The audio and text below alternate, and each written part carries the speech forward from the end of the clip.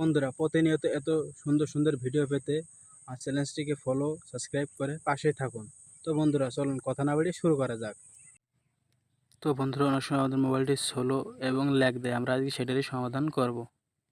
তো প্রথমত প্লে স্টোরে প্রবেশ করতে হবে। উপরে দেখতে পাচ্ছেন প্রোফাইল নামে একটা অপশন আছে, প্রোফাইল অপশনে ক্লিক করতে হবে।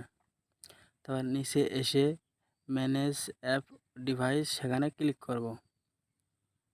তারপরে ম্যানেজে ক্লিক করব। ম্যানেজে ক্লিক করার পর আমরা দেখতে পাচ্ছি দিস ডিভাইস, আমরা সেখানে ক্লিক করব। ক্লিক করে দেখতে পাচ্ছি নট ইনস্টলিং, আমরা সেখানে যাব।